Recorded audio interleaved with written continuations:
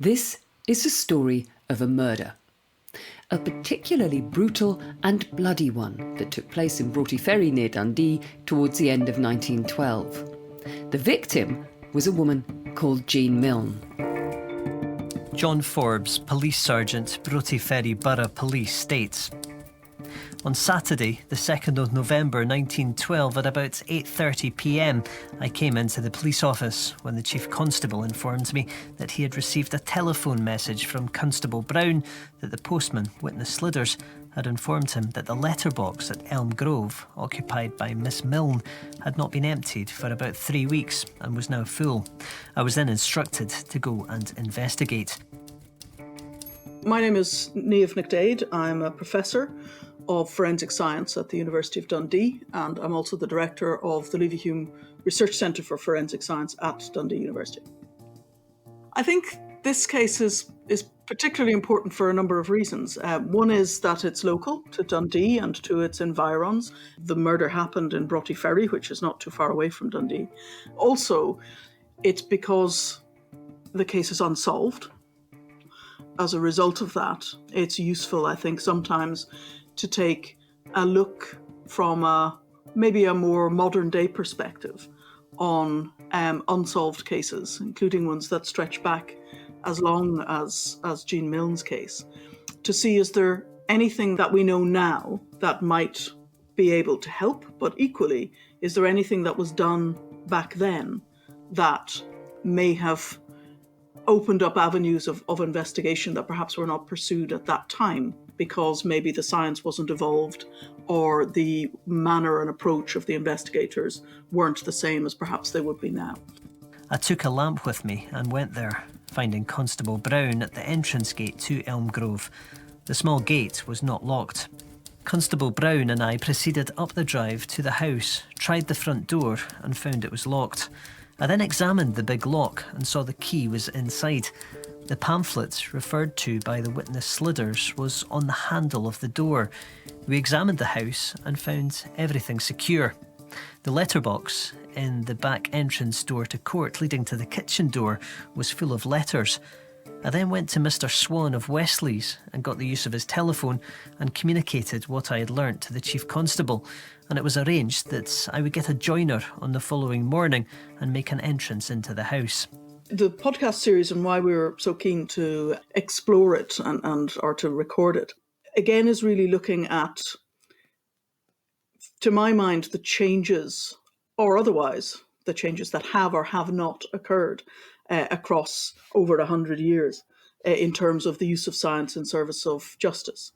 In particular, what the Leverhulme Research Centre for Forensic Science is all about is it's looking at increasing the robust nature of science that underpins the types of evidence that appear within our courtrooms. And to unpack that a little bit, some of the areas of scientific endeavour have really developed over the last half century, whereas some of the types of evidence that are presented within our courts haven't really evolved from a scientific sense from the time that they were first conceived or first used, which is around about the time of Jean Milne's death. And so part of what we're interested in exploring in this podcast series is the evolution of science over time, the evolution of forensic science over time, and how the two have kept pace with each other, or how they haven't kept pace with each other.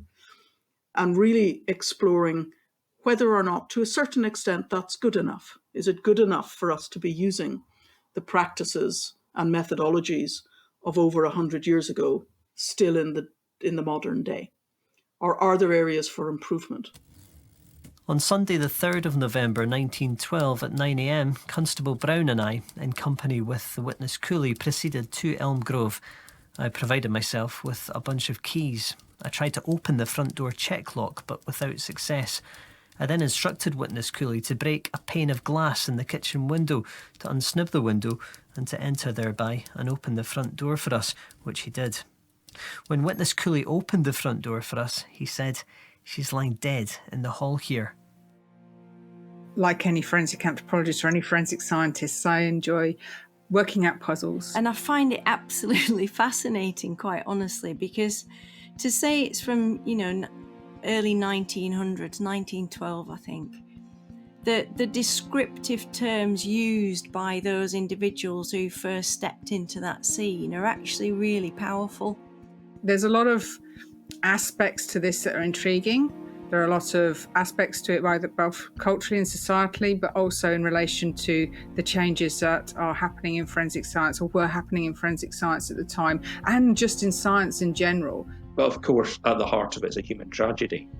A woman died a really horrific death, whose murder has gone unsolved, who has not seen justice. One of the things I found extraordinary in the reports was the assumption at the outset by the police that this must have been committed by a maniac or a foreign national. That is an astonishing observation to make and would play no part in an investigation in modern times. But actually the structure and the basics of the investigation actually haven't changed an awful lot. What we're going to do in the Inside Forensic Science podcast is look in depth at how the Jean Milne case was investigated and how the case might be approached today.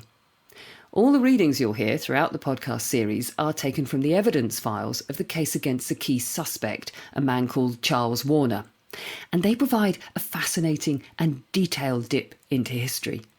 They're available for you to access and read in depth for yourself. You'll find links on the Leverhulme Research Centre for Forensic Science at University of Dundee website. So, back to Sergeant John Forbes. As we've heard, it's early November 1912, and the local postman, Sliders, had alerted the police that the letterbox at Elm Grove, home to a woman called Jean Milne, was full.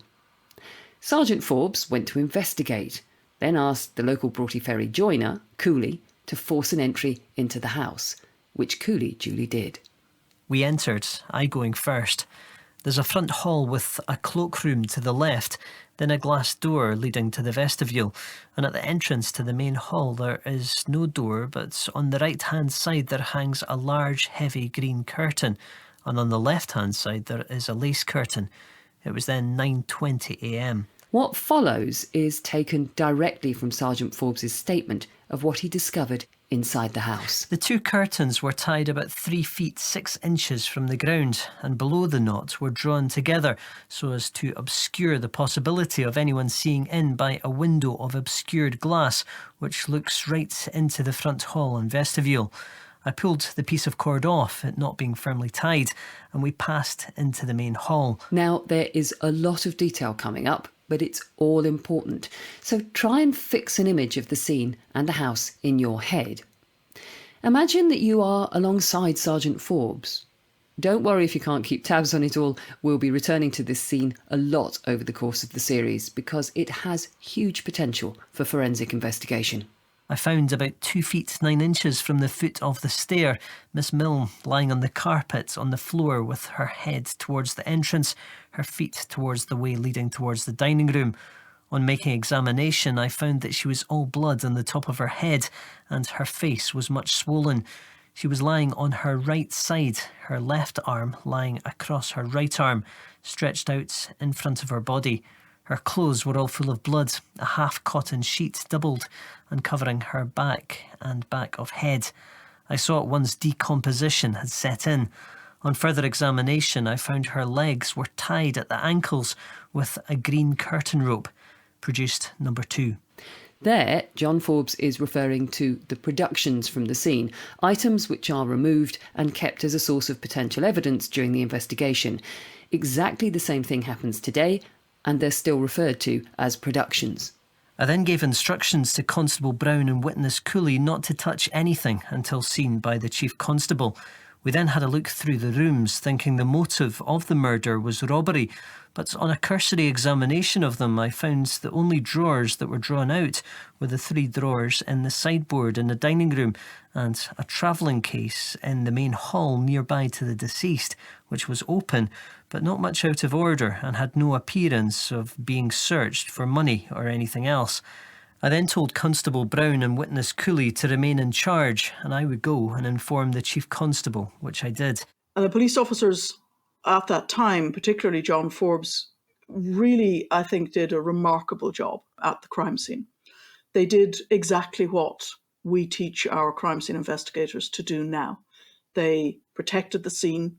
John Forbes, after the discovery of the body, went to get in contact with his chief constable. Of course, he had to go and go to a phone, and we didn't have mobile phones back then. So there was a time delay, and he left John Brown in charge of the scene to protect it. And what the initial police response was to do nothing. They touched nothing, and their notes suggested that. They made sure that they recorded the scene in very great detail, in that they recorded what items were where, but they didn't touch them. They just effectively put their hands in their pockets and looked, which of course is the best way of preserving evidence from the early stages. So I'm Commander Dave McLaren. I'm a commander within the Metropolitan Police Service, and I lead on all things homicide and organised crime within London. I mean, it's fascinating, isn't it, just to look back so far in time. And in so many ways, you know, it's so primitive, the whole approach to the investigation. But actually the structure and the basics of the investigation actually haven't changed an awful lot, in terms of the way that we would approach an investigation now. Particularly in relation to the really initial stages of the investigation.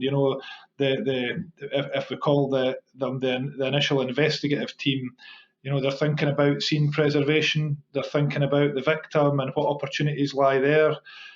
Clearly, they're looking for witnesses, and pretty quickly their focus turns to suspects.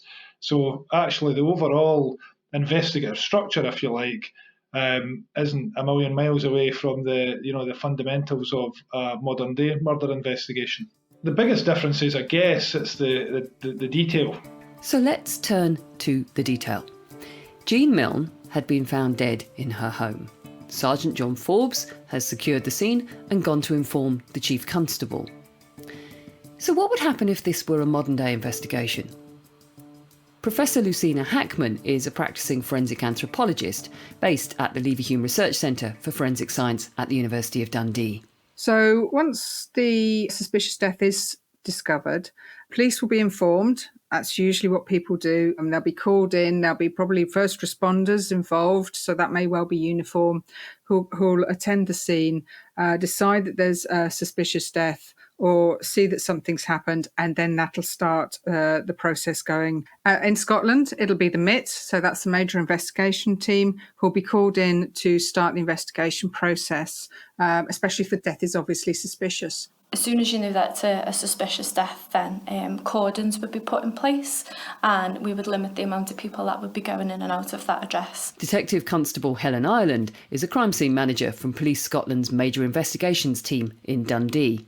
Broughty Ferry is on her patch. We'd also have a crime scene log that would then come into play, where a police officer will stand on the front door or the back door, the areas covered in that address to prevent anybody entering, and anyone that does require to go into the address will be documented, date, time and reason for entering.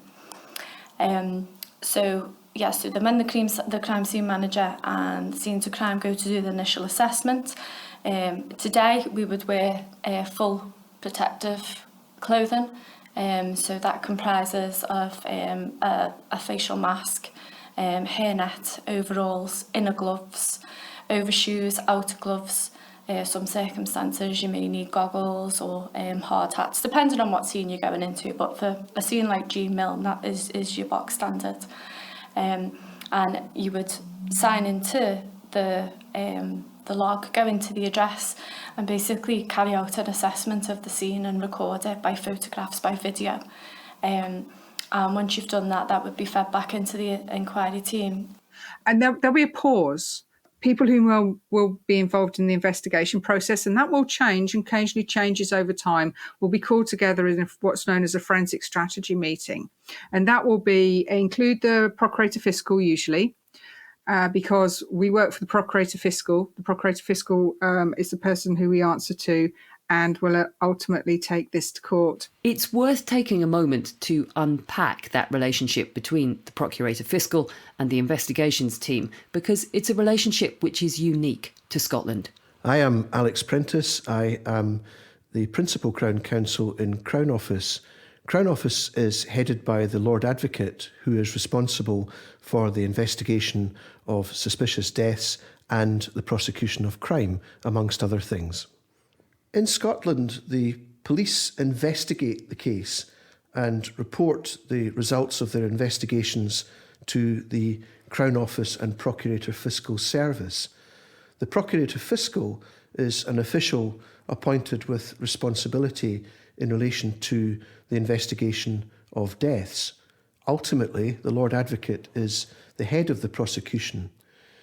In a suspicious death, an on-call Procurator Fiscal will be contacted and asked to attend at the scene, which he or she will do, and will meet with the police officers on the scene. The Fiscal doesn't carry out any investigation at the scene. That's done by the others, but he or she has an oversight of the circumstances. In a case like this, a forensic science team of biologists, chemists, others would come in and they would carry out their work. Very often there will be a forensic strategy meeting, which means that the Procurator Fiscal will meet with those expert witnesses, or skilled witnesses as we call them, and identify the areas which would be productive in the investigation. Let's return to the scene and imagine that we are those skilled witnesses. As we hear more about the scene in detail, where do you think the investigative team should be considering gathering forensic evidence? Chief Constable John Howard Semple has now arrived, so let's pick up the story with him. The hall where the body was found was in a very disordered state and bore evidence of a desperate struggle having taken place. I noted that there was a telephone wall instrument in the hall and that the telephone wires connecting it had been cut. Being satisfied with these, that Miss Milne had been murdered, I gave instructions that the body was not to be touched or anything in the house disturbed. I then went to the nearest telephone and got into communication with Dr. Sturrock, Broughty Ferry, the police surgeon, informed him that Miss Milne had been found dead in her house at Elm Grove, and asked him to meet me there at the earliest possible moment. At the same time, I got in touch by telephone with W.F. Mackintosh Esquire, the Procurator Fiscal for Forfarshire at Dundee, and informed him of what I had found. While waiting for the police surgeon to arrive, I made a further examination of the hall. I observed on the third step from the hall floor a large stain of blood on the stair carpet. The sides of the stair railings at the foot of the stair and on the wall to the right of the stairs were bespattered with blood. I saw blood-stained hairs adhering to the railings.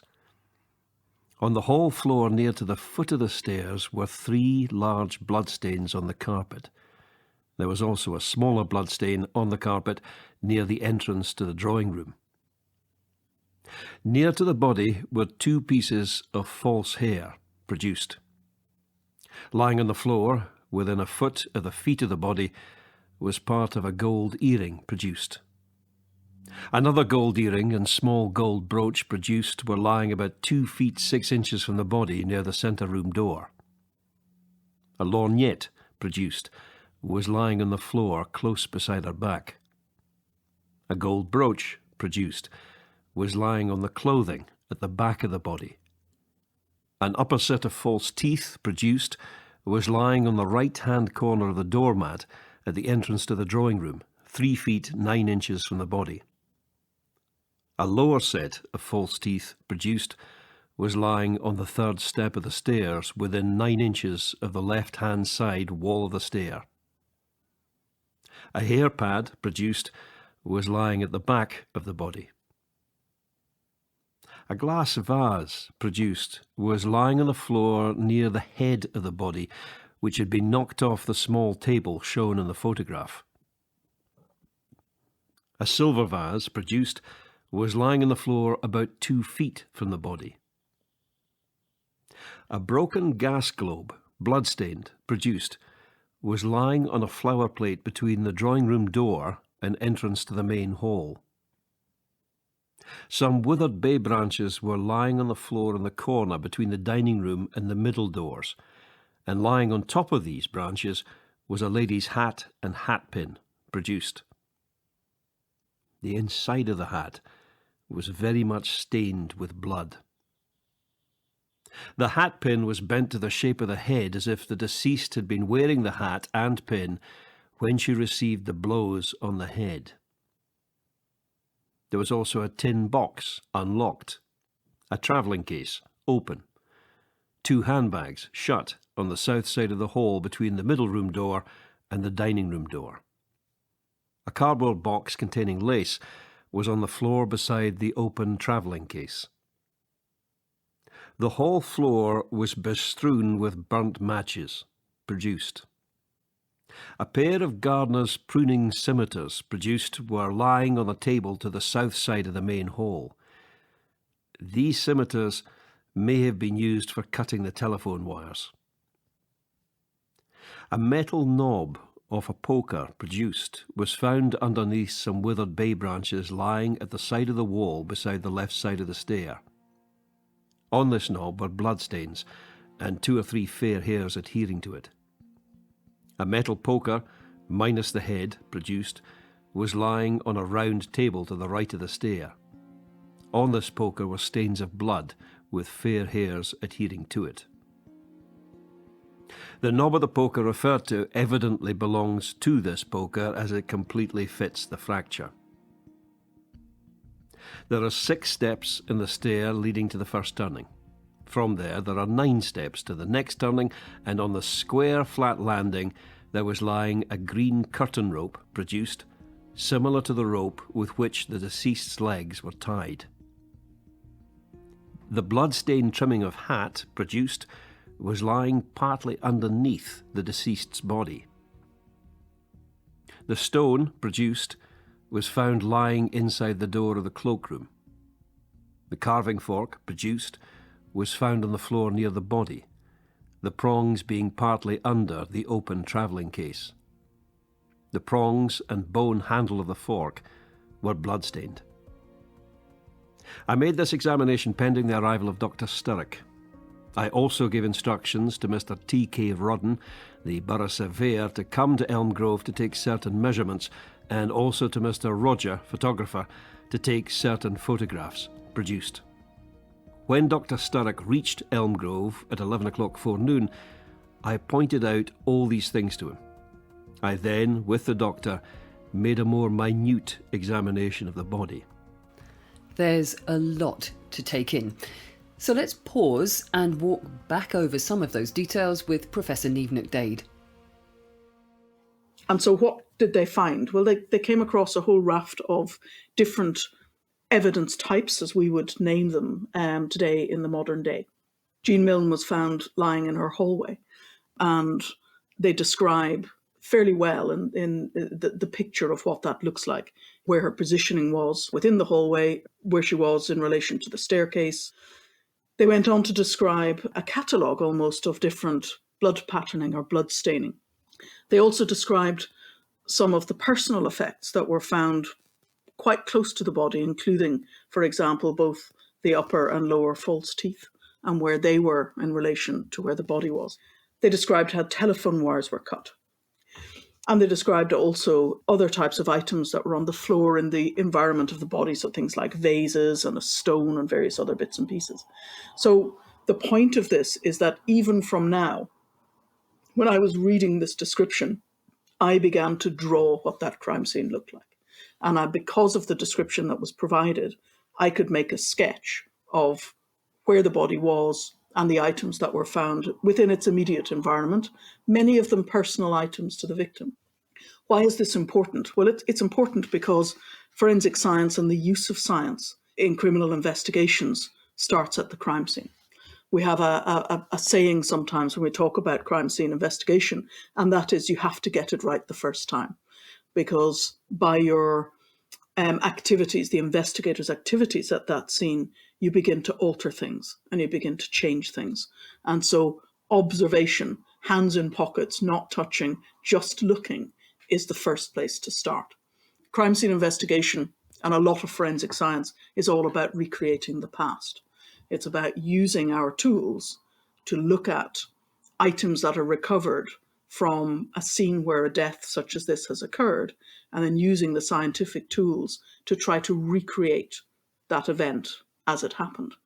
And so there's a richness of information that was captured by those first 3 police officers that has really painted the picture of this scene and of how then subsequently items of evidence may become relevant. The Jean Milne case and that scene was very forensically rich. The scene itself, it's not just classed as one big scene. You can have separate scenes. So the body itself is classed as a scene also, because that's something that, contains evidence, sometimes the best evidence. It may well be that the actual incident didn't take place where the body is. There may be another scene within the house in another room. So you're thinking, you need to keep an open mind and stay quite objective, and you're thinking about all these things.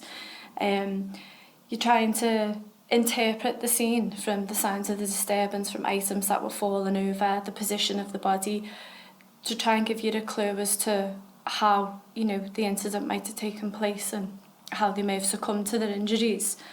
And everybody will get together and discuss what's been seen, because information will be collected by those first responders. Any photographs, so the crime scene examiners will usually have gone along and taken some photographs and bring them to that briefing, and you'll discuss what approach is going to be taken. So because some forensic evidence is more vulnerable to contaminations and to loss, so DNA, for example, fingerprints, some chemicals, those scientists will be given priority about entry into the scene. Recording the scene before anything is touched is obviously vital. So how you do that recording without disturbing any evidence, how you identify where the evidence is, how you're going to progress, who's going to take what turn, who's going to be a priority to enter the scene and to record and to recover evidence, will all be discussed at that forensic strategy meeting.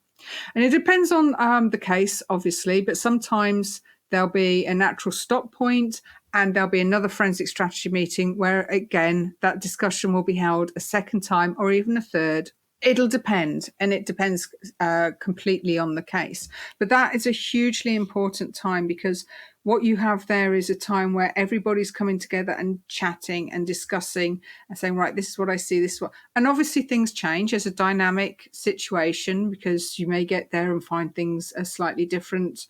You may discover, things might be discovered, more information may come along, because whilst you're going to the scene, the police will be starting their inquiries. They'll be doing their door-to-door, doing their role in relation to their inquiries. And that will also feed into the information you have at the scene.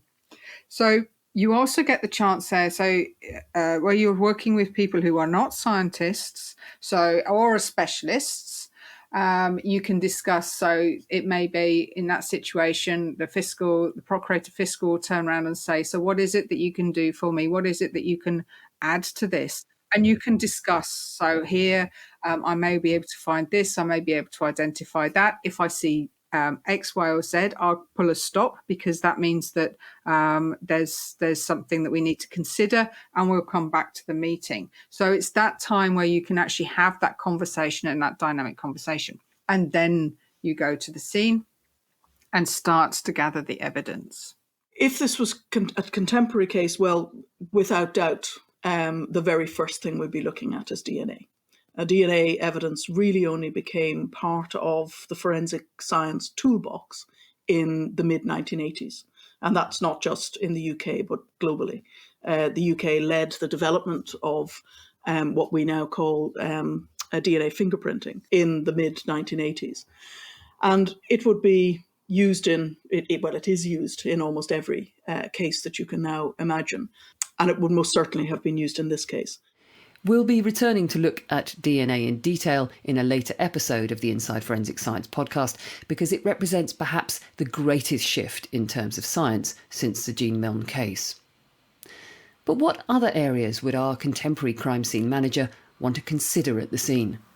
Today we would look around for what we call blood pattern analysis, which is biologists interpret blood spatter and patterns, and that can give us an indication to where a body has been struck, where it's been landed, or the positions of the victim and the perpetrator. So that can give us an indication to what's taken place. Well, the very best information that you can get from BPA is it'll almost give you a complete narrative on activities that have taken place once blood has started to be lost and injuries have been sustained. Jo Millington is a forensic scientist who specialises in bloodstain pattern analysis, or BPA. I mean, those cases you probably consider they're quite rare because you're never going to be able to completely define every single action.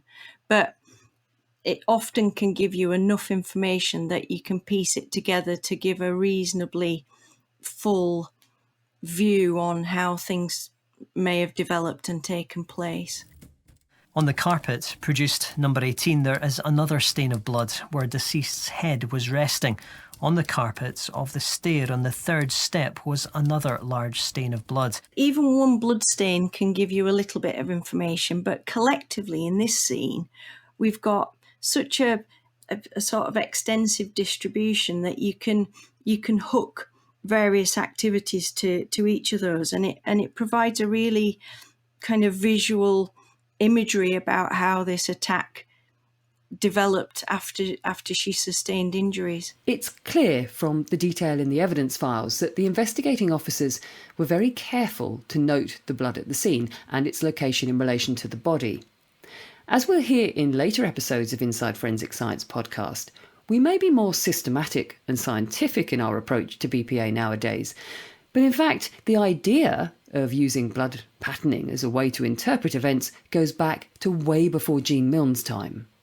It's actually been around for some time. I mean, if you read the Bible or early Shakespeare, then there are references to bloodstains and how they can almost give a narrative to an event and maybe somebody's injuries, etc.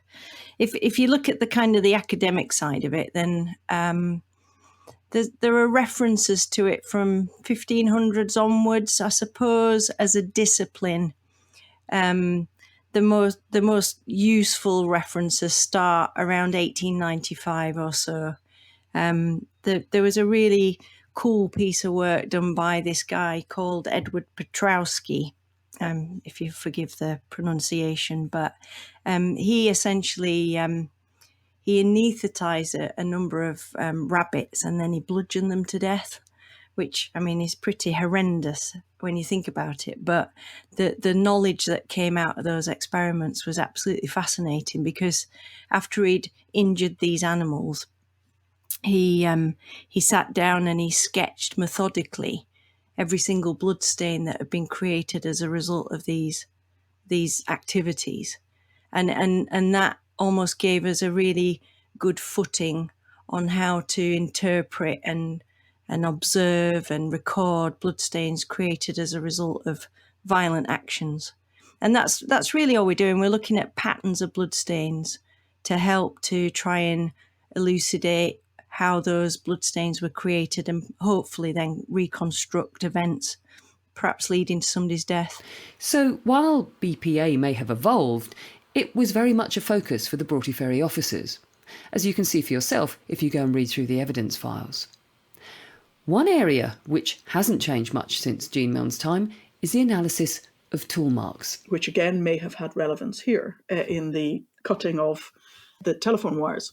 The two telephone wires were cut, the wire coming down perpendicular the wall to the instrument. Said wires produced number 21. And tool mark comparison is usually done using a microscope, and usually done by simply looking at the marks under a microscope that are made by a suspected tool on perhaps a piece of exemplar material, so a piece of wire where you use the tool to cut the wire and make a set of test marks. And then you look at the suspect mark, in this case, the mark on our telephone wire, and you compare them against each other to see if you can see similarities or you can see differences. And that's the way we still do it today. So in that case, there hasn't really been much advancement in over 100 years. There are other aspects, perhaps around the examination of fibres and hairs, that equally have developed and evolved as technology has evolved. That's the case for fibres. It's not so much the case for hairs. And so hairs, we still look at the morphology, what it looks like under a microscope, to try to determine is those microscopic characteristics, are they the same in the hair from an individual that we pluck or that we take, so we know where the sample comes from, and the hair that we recover from an item, for example, in this case, the poker. A metal poker, minus the head produced, was lying on a round table to the right of the stair. On this poker were stains of blood with fair hairs adhering to it. Where you're trying to determine, could the hair on the poker have come from Jean Milne, or has it come from somewhere else or somebody else? And so that type of examination is done by microscopy, where you look at the hairs under the microscope and you look at some of the features within the hair and see, are they comparable with each other? But of course, back then, as to a certain degree now, we don't know what the natural variation of these characteristics within human hair is, and how variable it is within one individual or across multiple individuals.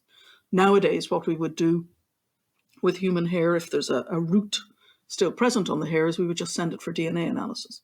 At 5 p.m, the body was lifted onto a shell as it was lying on the floor without disturbing the clothing.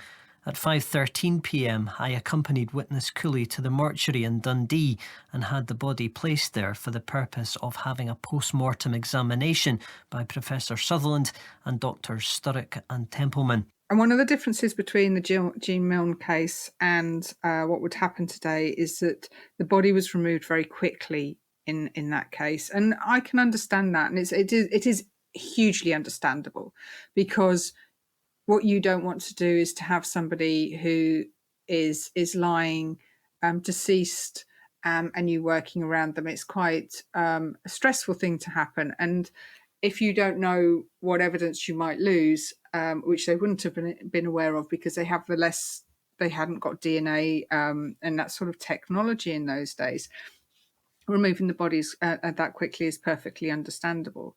Today, it would have taken us, more work would have been done in relation to gathering of evidence and gathering of samples before the body was removed. Because there is so much that we can detect, because there are so much that we can find in relation to hairs, fibres, DNA, fingerprints, it would have taken longer. It would take longer for the body to be removed, probably in a modern investigation. For blood pattern specialist Jo Millington, it's not the potential for DNA, fibre, hair or tool analysis that caught her attention as she walked her way through the crime scene evidence files.